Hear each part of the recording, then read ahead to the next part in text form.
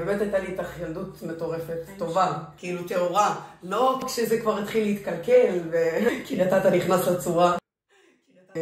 תמכתי בך, ותמיד עבר לי בראש מתי משהו נתראה. ווואלה, התחלתי עם האיפור. זה לא מובן מאליו.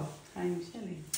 ומתי התחלת בכללי להתאפר? מה, אני בגיל 14 החלטתי שאני רוצה להתחיל להתאפר, התחלתי לעשות איילנר. עכשיו הייתי עושה איילנר בגודל. מה בחצאי הפנדה, חד משמעית? התחלתי להבין שאני ממש אוהבת את זה, ואני גם אהבתי לצייר תוך כדי בשיעורים, כי לא ללמוד ממני. ביוטיוב, התחלתי בכלל מאיפור אפקטים. לא התחלתי בכלל מאיפור. זהו, אני זוכרת את זה.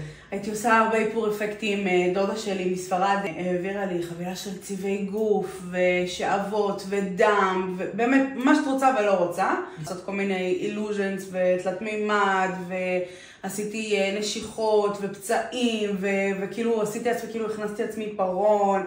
באמת, אמרתי אני רוצה ללמוד אפקטים. זה היה שלי, אמרתי אני רוצה ללכת ללמוד אפקטים. עם השנים התגלגלתי, אמרתי לא, אולי אני אעשה משהו אחר בחיים, אולי לא, אולי שם. ובגוד האחרון, לא זה שהיה אחד לפניי. אני ואמא שלי יושבות והתחלנו לדבר, זה כאילו, יאללה, לכי תלמדי. טוב, אמרתי לאמא שלי, את יודעת מה, באמת בא לי ללמוד איפור.